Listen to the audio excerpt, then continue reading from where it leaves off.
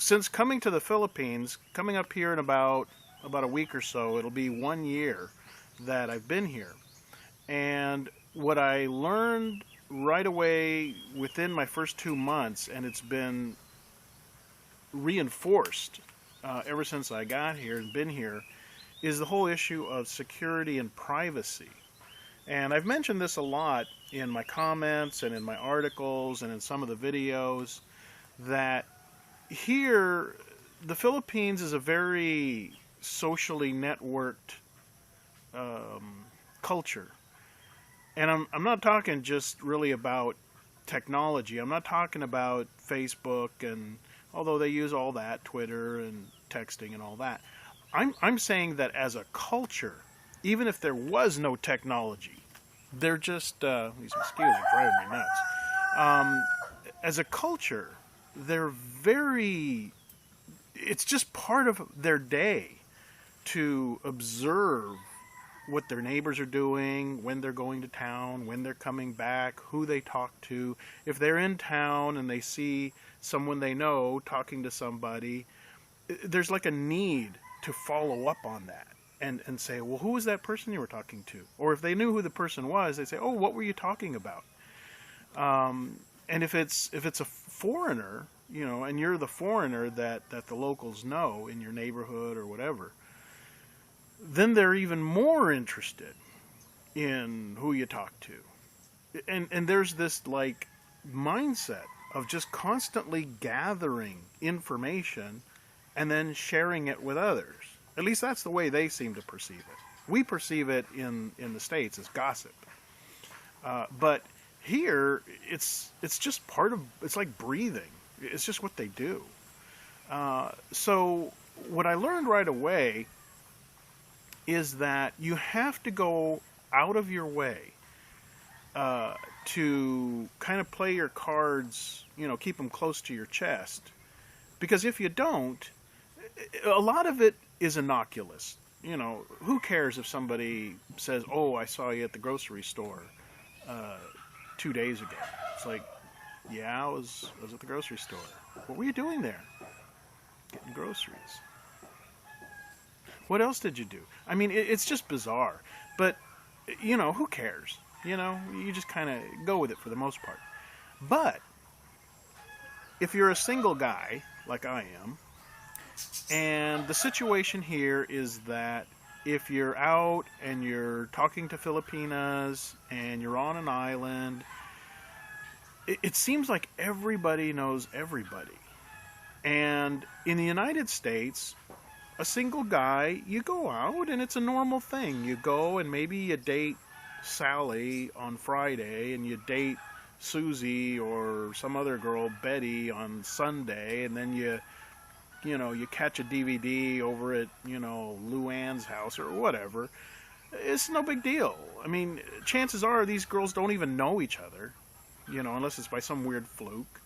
And even if they had mutual friends, it just never would come up in conversation. You could go 10, 15 years and these people would never know that they knew each other.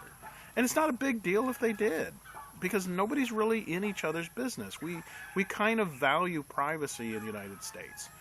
We in fact, a stranger, as you know, if you're when I'm in California, if a stranger approaches me, my immediate thought is, what does he want? Why is this stranger approaching me?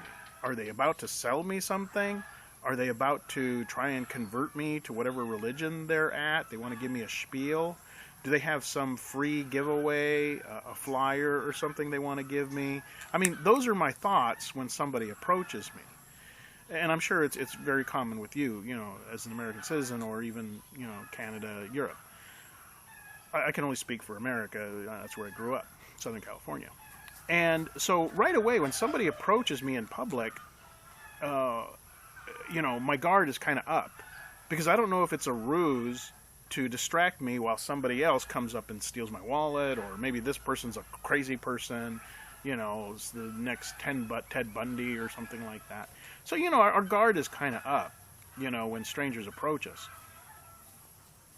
And that's kind of how I grew up normally, and so I don't I don't approach other people in public, even if, now if I know them, I might say, hey, or nod at them, whatever, but I don't really, I'm thinking, well, I don't want to disturb what they're doing, even if they're grocery shopping or whatever. Well, it's like, hey, just see the neighbor. It's like, hey. Here, they will stop, and next thing you know, it's a whole conversation, and that's all good. It's all very social and stuff. But what you got to be careful about is that anything you say in that conversation is likely to get passed on. That's my point. In the United States, we're just kind of being polite and making some small talk. But here, it's like a data gathering process. And that data, they will go home, and for sure they're going to tell their wife or their husband, and then they're going to tell it to somebody, and they're going to tell the neighbors, and again, a lot of times it's benign information that doesn't affect anything. But when you're a single guy, it's a whole different story, because now, I'm not kidding. When I was in Mactan, I stopped at a corner in town, and I had just left the mall. And a girl came up and talked to me, maybe not even for 2 minutes. 2 minutes. And I knew her only from the food court. That's it. And it was like a week and a half later, I went into a place called Cafe Malmo. And I'm sitting there and I'm drinking my iced tea, and the waitress comes over, and I kind of sort of knew her because I went there like every day for, a couple weeks. I was using the internet there till I got my own. And it was like 2 weeks after talking to the first girl that the waitress comes up and says, "Oh, I saw you with your wife." I was like, well, that's news to me. I don't even have a wife. So I told her, I said, well, what do you mean? She said, well, wasn't that your wife you were talking to 2 weeks ago? You were wearing, whatever color shirt. She remembered what color shirt I was wearing. And you might think, oh, well, she was just kind of interested in me and whatever. No. She had no interest in dating me or anything.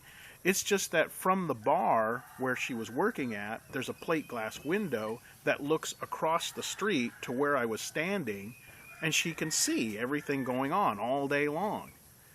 And I'm sure that hundreds of people pass by there every day, but when you're a foreigner, 2 weeks ago, out of all the hundreds, perhaps thousands of people that pass by that intersection, I'm the one that she memorized, how long I talked to this girl, what the girl looked like, what color shirt I was wearing, and now she wanted to know who that girl was. And I was just amazed that somebody, usually somebody that wants that much detail, who remembers something from that far back, they're kind of a stalker, or they're interested in you or something like that. That's not the case here. It's everybody. They all want to know what you're up to. And like, same thing. I would be walking down the street in Mactan at like 11 o'clock at night, and I'd be on my way, going out to wherever. I remember one time I'm walking down this dark street, and out of the darkness, some kid, I couldn't see who it was, but he sounded like he was about 15 years old or something. And I hadn't really met too many people at that point. I'd only been there like 2 months. And this voice comes out and says, "Hey, Henry, where are you going?" And I just said, "Oh, I'm heading out that way." And I kept on walking. And I'm wondering, how do they even know my name? I mean, I know it's probably a neighbor who told somebody and pointed me out, and said, "Oh, that's Henry over there." And now this kid who doesn't even know me wants to know where I'm going. And in the United States, when people start asking you, so where were you? What'd you do for the weekend? Oh, you went to a restaurant. Which restaurant? Did you go with anybody? At that point, our usual response is, what, you're writing a book? Am I under investigation? So, but here, the whole 20 questions thing is part of their culture. And you got to get well, you don't really get used to it, I guess, but what you got to do is you got to counter it. And here are some of the ways that I've found that have kind of helped me now that I've been dealing with it for a little over 11 months.